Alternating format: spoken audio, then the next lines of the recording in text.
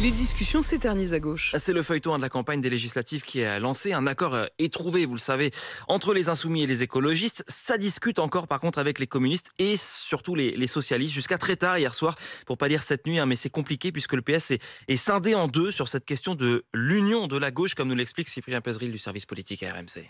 Le patron du Parti socialiste en personne au siège de la France insoumise, voilà l'image qu'a voulu envoyer hier Olivier Faure en se rendant pour la première fois au QG de Jean-Luc Mélenchon, manière de montrer qu'il mouille la chemise dans les négociations, et alors même qu'il fait face à une fronde interne d'une rare intensité. Il y a les militants locaux qui haussent le ton, notamment sur l'attribution des circonscriptions.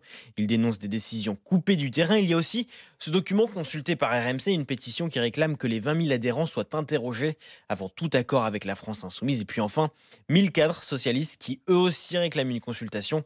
La direction va passer en force, c'est hallucinant, rage un baron. Ce serait du jamais vu depuis la création du PS, s'insurge un autre. Ce ne sont plus des divisions, c'est une sécession, décrit le même.